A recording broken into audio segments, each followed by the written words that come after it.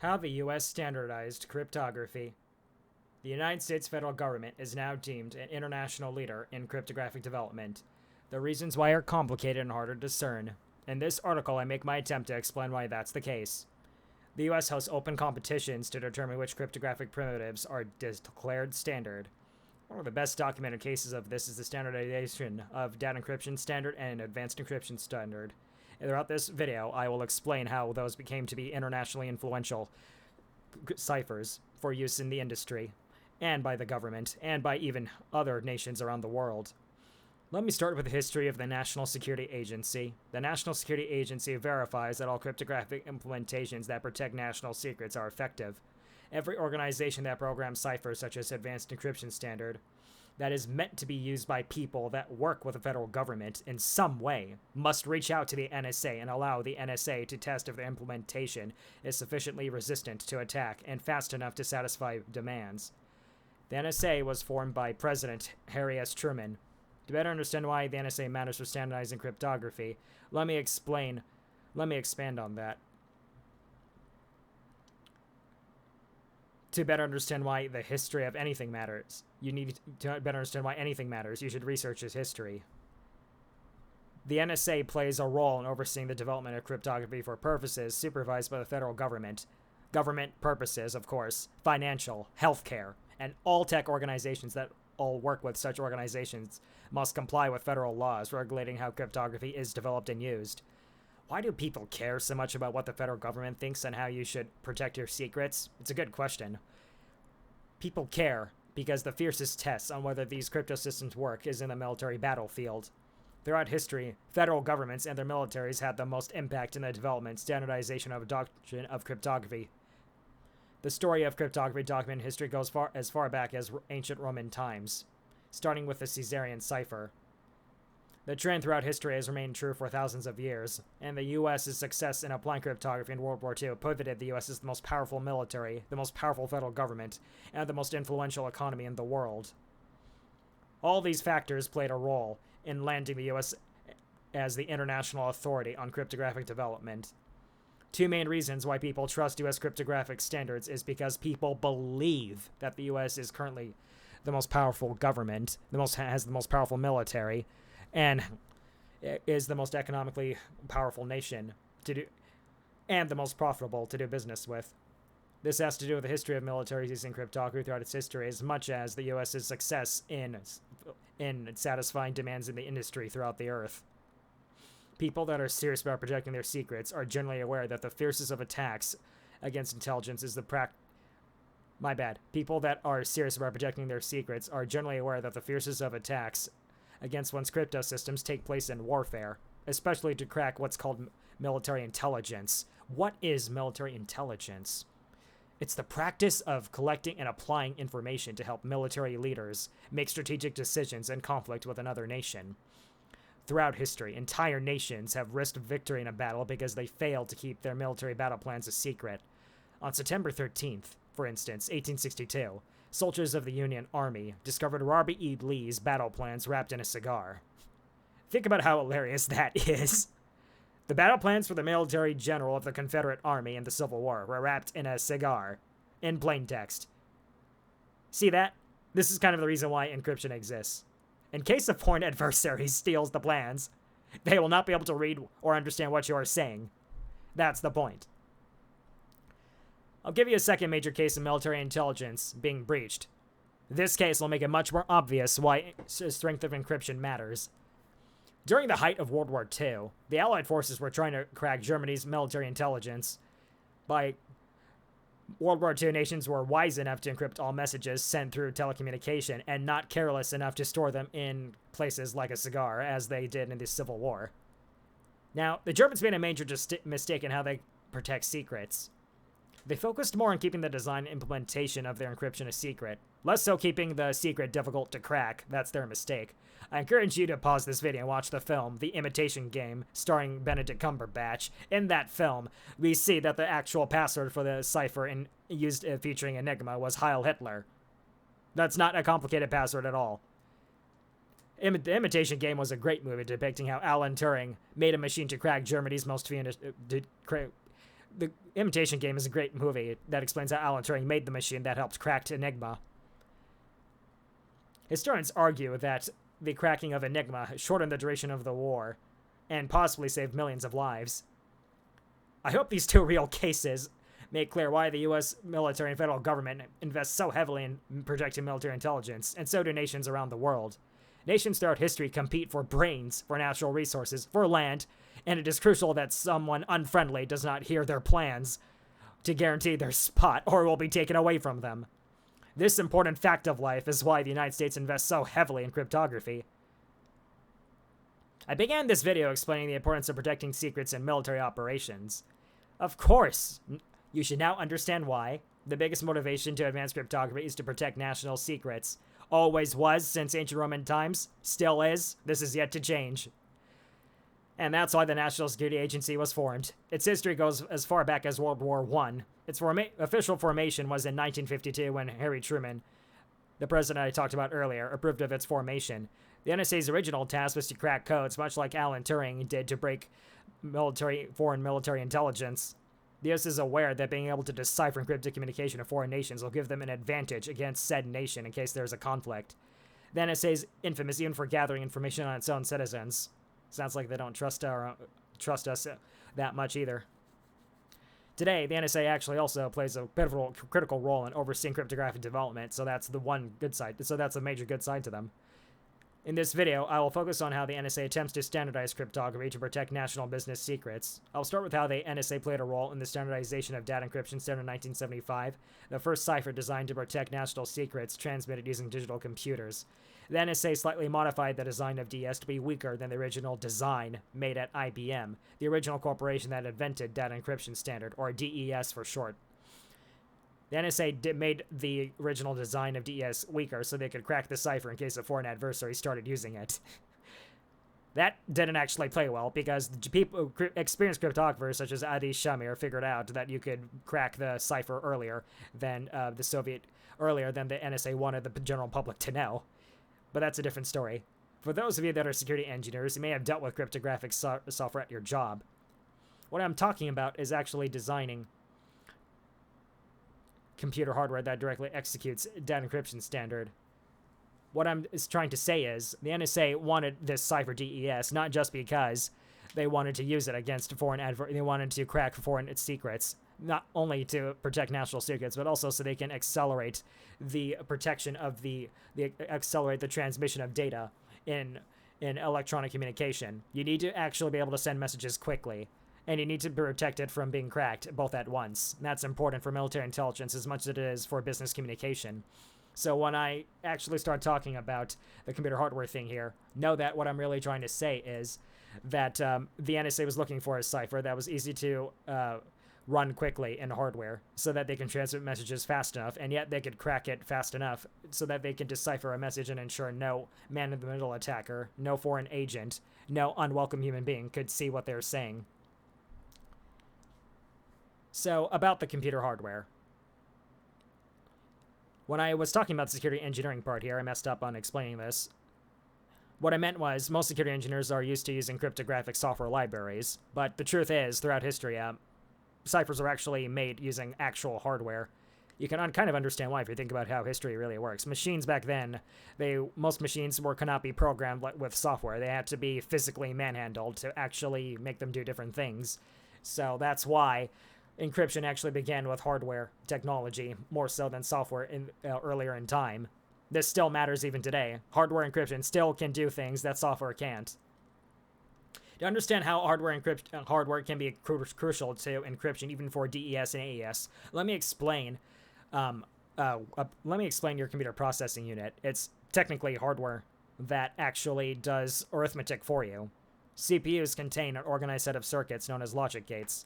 Logic gates help computers make decisions. Logic gates can be extended to perform advanced computation. You can even express entire programs using logic gates. Designers of CPUs even implement entire cryptographic algorithms as logic gates in the CPU. These are called hardware implementations of cryptosystems. The scientific field of designing and implementing hardware implementations of cryptosystems is hardware cryptography. And, like I said earlier, throughout history, militaries were actually making hardware to crack ciphers. Later, they started making hardware to actually implement ciphers. It was not until the invention of the integrated circuit featuring semiconductor technology that hardware cryptography was a commercial possibility. Integrated circuits, which were based on semiconductor technology, allowed computers to fit in small spaces, were faster, and were cheaper to mass produce. Before the invention of integrated circuits, computers were the size of entire rooms. If you ever look at a picture of things like the Johnny-Ack, or if you watch the Imitation Game, you'll notice they were the size of a room. And you could, if you really think about why that's the case, it's because it is extremely difficult getting a machine physically set up in such a way to perform your arithmetic for you. That's a lot of complex Boolean logic you have to perform. Today, we are now using commercial CPUs in our machines that contain hardware implementations of federal government crypto systems, including Intel AES-NI, Raspberry Pi 5 ARM cryptographic extensions, and the new RISC-V crypto extensions. These are also companies selling dedicated commercial hardware. There are also companies that are also selling dedicated commercial hardware, such as hardware security modules. Some of the major companies include YubiKey, NitroKey, Thales, and Cypher, and more. What I really want you to remember is this. All of this hardware cryptography tech began with militaries throughout the world using hardware to crack or protect their information. And in the US's case, hardware cryptography began with the US federal government mandate on what crypto systems people that work with the government must use. If you want to work with anyone that is from the US federal government who works with the US federal government, you must actually make crypto systems that comply with US federal government standards. This is the business reason why commercial hardware cryptography such as Intel AES-NI was invented. Intel, like other businesses, intended to profit from selling hardware, in Intel's case CPUs, that help organizations comply with US federal guidelines to protect secrets. The official standard is known as FIPS 140-3. Since government agencies, financial companies, and healthcare industries are required to comply with FIPS compliance, it makes business sense for Intel and these organizations that must comply with these FIPS standards, or Federal Information Processing Standards, to invest in hardware cryptography to protect secrets. That's the major reason why the entire world follows US federal government cryptographic standards. They are secure enough to survive even in the battlefield, so people believe they're strong. They are also open. Their design implementation is also open and scrutinizable by the public, cryptographic community around the world. That's another major reason, and I'll get down to that much more deeply at the very end of this video. And if you want to conduct commerce and earn money off of developing cryptography, makes business sense to follow federal government standards, because people that work with the U.S. will want to work with you. It's a social economic incentive. So going back to the NSA standardization of data encryption standard, this was no doubt a major event. It allowed the U.S. federal government to have a big say in how cryptography is used in the industry and around the world. One of the reasons, and like I said earlier, one of the reasons why the NSA chose DES is so that its performance could be sped up by using hardware. There are several cases where people proposed cipher implementations that were even stronger than the ones you see mandated by the federal government today. Even though they were more difficult to crack, the problem is they were slower to execute in hardware than the ones in the U.S. have chosen. So there needs to be a balance between speed and security. The U.S. likes crypto systems that are secure enough to survive a battlefield. They also like crypto systems that can execute very quickly in machines, in software, and hardware of all kinds, ranging from your computer's desktop application to something as extreme as firmware, or even a hardware security module or a secure element. That is a common pattern in how the U.S. selects crypto systems. The thing is, of course, as I mentioned earlier, data encryption standard was fraught with security problems. The U.S. back then clearly didn't know exactly what they were doing in standardizing cryptography, because several professional cryptographers criticized DS for its weakness. The max key size in data encryption standard is only a 56-bit key size. Let me explain to you why that really matters. Whenever you hear bits of security, I want you to think in terms of powers of 2. If I have 56 bits of security, that means it will only take me 2 to the power of 56 guesses to eventually stumble upon the correct key. Let me repeat that again. If you have a 56-bit key size, it will only take me up to 2 to the power of 56 keys to guess that key. Now, if you actually go to a calculator and have it print out the actual result for 2 to the power of 56 and base 10, you'll get a big giant number, no doubt, and you'll think that that's an insanely impossible test to take down. But you need to remember we live in a world of machines that automate arithmetic for us, right? This is not the age of ancient Roman times where we did math by hand on paper. What happened was, in 1976, shortly after the NSA standardized DES, Whitfield Diffie and Martin Hellman, who were later the co-inventors of public key cryptography, announced it should only take $20 million in 1976 dollars to crack DES, since it only had a 56-bit key. That's, I believe that's around... That's around over 40 million in today's money, if I'm not mistaken, assuming my math might be right.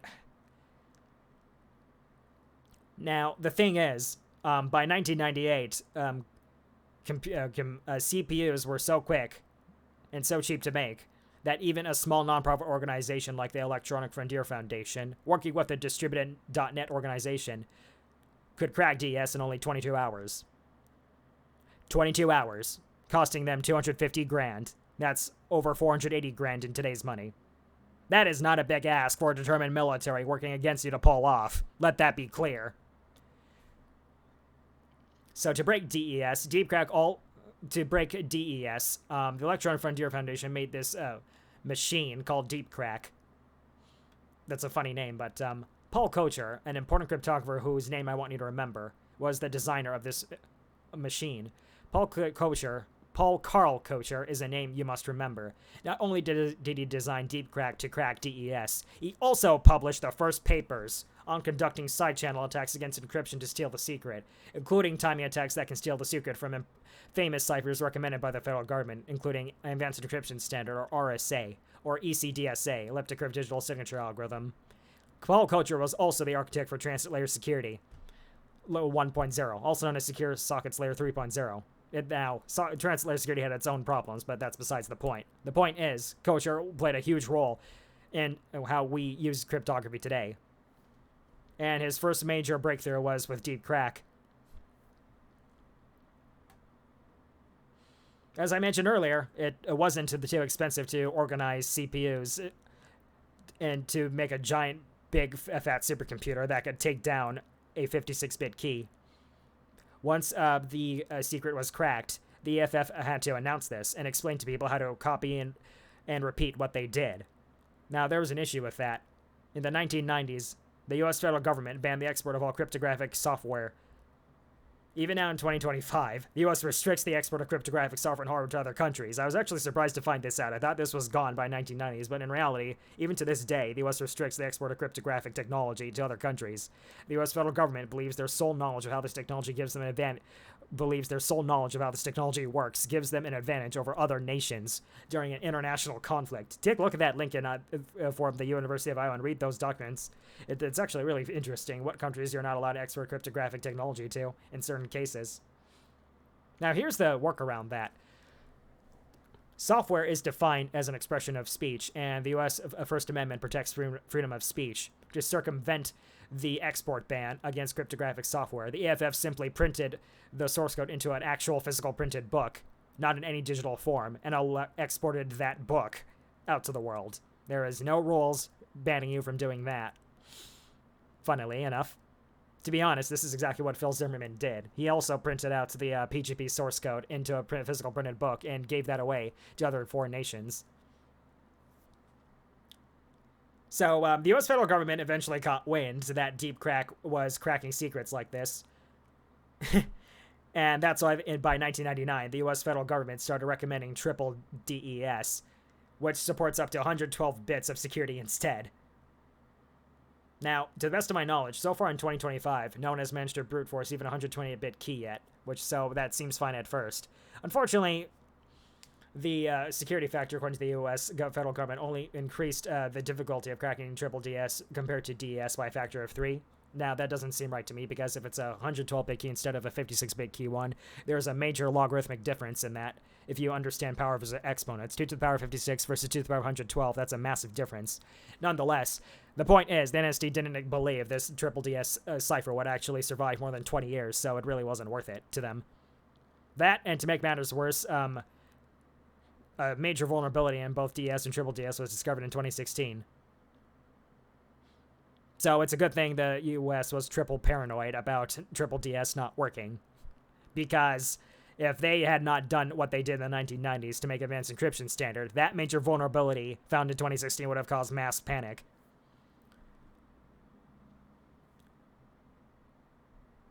So I want to take some time here to explain the story of how advanced encryption standard, the standard that the federal government now mandates, how it was made, and major lessons the U.S. federal government learned. They are life lessons on how to influence people, how people make economic decisions in managing secrets that I want you to pick up. That's why I made this video. In the beginning, the U.S. was determined to use a crypto system whose design was closed to the public, skipjack. There was a logic to this that I don't personally agree with, but I'll iterate anyway. According to the NIST document, Development of the AES Standard, a great document that I encourage you to read, U.S. government agencies argued offering encryption that was unbreakable could prevent law enforcement or federal governments from dealing with criminals or foreign adversaries, respectively. However, if government agents wanted to see the data, they were required to earn permission from U.S. courts first. That's the caveat. If you're a U.S. government agent, you cannot just simply force the secret key out of someone like that. In fact, the First Amendment's supposed to... In fact, the Fifth Amendment protects against forced self-incrimination. However, the Patriot Act actually made it clear that if you're a suspected terrorist, you can actually be compelled to give away the secret.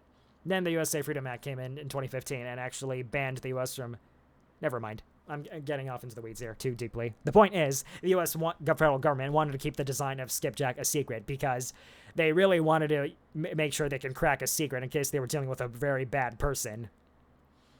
Now, here's the problem with the U.S. what the U.S. did with skipjack. Since its design was closed to the public, the academic cryptographic community, neither in the United States nor the rest of the world, obviously, trusted it. Experienced cryptographers were not impressed with the switch from DES, whose design was available for scrutiny by the public, to a new cipher whose design was not known to the public. I mean, think about it like this. You're seeing someone that's asking you to trust their beloved crypto system, and they admit that they can themselves can steal the they can fish out the secret without your permission, and that they're not going to show you how the crypto system works. Would you trust that? Really? So the U.S. tried to convince cryptographers that the design was not known to the public. The U.S. I take that back. The U.S. tried to convince cryptographers that the design was well built by allowing 5 chosen cryptanalytic experts publish a report explaining that skipjack could not be broken through cryptanalysis. Cryptographers were not moved. People outside the U.S. did not trust skipjack since the U.S. could abuse the key-escrow system to leak their secrets. U.S. companies wanted to make commercial products featuring cryptography that they could sell throughout the world, and it would not do the U.S. any favors if commercial use could only be enjoyed in the U.S. only by federal government mandate. That's not saying much. You want people to liberally pick up the technology and adopt it, even in business practice, even if they are not required to work with the federal government in any indirect way. This will enhance the U.S.'s federal government's influence on overseeing cryptographic development, giving them an advantage in protecting secrets. To make matters worse, AT&T Bell Labs published a report explaining a security vulnerability in the key escrow system. The report was published by Matt Blaze at AT&T Bell Labs. Yeah. So by 2001, the U.S. federal government abandoned the idea of the key escrow system due to a lack of public support. So let that be a life lesson. If you are serious about designing a new crypto system, fellow cryptographers expect you to release your design to the public for scrutiny. Even the U.S. federal government couldn't convince people to use their proprietary design. The U.S. tried to earn public trust back in 1998 by releasing the design of skipjack to the public. Even this effort failed since skipjack only allowed 80 bits of security. That's a downgrade from Triple DS, if you remember that Triple DS has 112 bits of security. By 2015, it was feasible for an organization to build a computer strong enough to crack keys that have 80 bits of security. And that is exactly why the NIST started discouraging skipjack's use in 2015 anyway. Did I mention that there was a major vulnerability found? Oh wait, that was for Triple DS, never mind. So the U.S. federal government already realized they would not earn the public's trust in using skipjack, and it was time to develop a brand new one for our advanced encryption standard. Unlike skipjack, the U.S. made up their mind to host an open and international competition where anyone was allowed to submit their cipher to the U.S. federal government as the next U.S. federal standard, and cryptographers around the world in academia, in the industry, people of business experience, were all allowed to have their say in whether or not they approved of the U.S.'s decisions and were allowed to overlook the progress the U.S. is making and how they standardized AES. This was a very important, critical decision the U.S. made by being transparent about how they are deciding which ciphers should be used to protect people's secrets. People gained the federal government gained the world's trust. It took 5 years of cooperation amongst the federal government and the rest of the academic cryptographic community, industry professional, to actually get standardized AES from 1994 to 2001, but it was well worth it. By 2001, the National Institutes of Standards and Technology chose Ridgendale, proposed by Jan Damon and Vincent Ridgman, as the official cipher for AES. It's actually truly amazing. They even rejected ciphers made by U.S. experienced cryptographers like RC6, where the RC cipher system was made by experienced cryptographers Ronald Rivest. They even rejected Twofish, which was made by experienced cryptographer Bruce Schneier. The fact that they chose a cipher made by two obscure Belgian cryptographers is so interesting. It's a sign that they were not biased, right? They are not going to simply choose a cipher just because one of their people made it, despite their Ivy League quality credentials. Ridgedale, interestingly enough, didn't have the strongest security either. Twofish and Serpent had stronger security according to the NIST. Read the document, Development of the AES Standard. It's a great document, I'll even link it in the video description. Worth the read. Yet Ridgendale had good enough security, offering up to 256 bits of security. That's good enough to protect against post-quantum computing attacks such as Grover's algorithm. And it was fast enough in hardware, software, firmware, and smart card implementations. I'll make a separate video about smart card implementations. That's a separate topic that demands a lot of explanation. Ridgendale, in other words, was a quick cipher that could be run anywhere. That's why the US chose it. This is what the US looks for in cryptosystems. They are secure enough against known attacks, are expected to be This is what the US looks for in cryptosystems. They are secure enough against known attacks, and are expected to be secure against future expected attacks, and the cryptosystem can quickly run in any environment. This is the same logic the US followed in the standardization of SHA-3. They actually rejected Blake, a forerunner that was inspired by SHA-2, ironically, because they wanted a brand new cryptosystem that was completely different from the previous. Okay? SHA-3 also could be sped up faster in and could also be sped up faster in hardware. That's another reason why they chose SHA-3. I have yet to see why the U.S. chose the post-quantum safe algorithms. I didn't study that. I wanted to pay attention to economic incentives for AES here especially. The wild success of Advanced Encryption Standard is just plain obvious. We use it to encrypt all communications, ranging from our commercial website traffic to encrypting entire storage drives. What's important to remember is that the US succeeded in convincing the world to use AES by allowing any professional in the world, regardless of their nationality, to contribute to the development of AES as long as they had the relevant experience to contribute. This ensured the rest of the globe was willing to trust and work with the United States in managing secrets using the AES cipher the US recommended. And this worked much better than the US trying to convince the world to use a crypto system like Skipjack, whose design only the few select that the US NIST knew. The National Institute of Standards and Technology and themselves admit the open nature of the development of AES made it more resilient to attack and capable of performing well enough to satisfy business demands, even the most obscure of environments. And they insist that it remains that way. It is much better to be open and transparent in the design and development of your crypto system, because it'll make it more resilient and more satisfiable for people's demands than if you were to do it in a closed system, in a closed environment. By now, just recently, the US is now paying attention to cryptography in embedded environments, in Internet of Things. They recently standardized ASCON, and it's something I want to look up and I want to research a little bit more, try to find more information on. If you liked this content and are interested in what motivates people to use cryptography in the industry, please like, comment, subscribe, and click on bell notifications for more. I thank you for your time. Peace.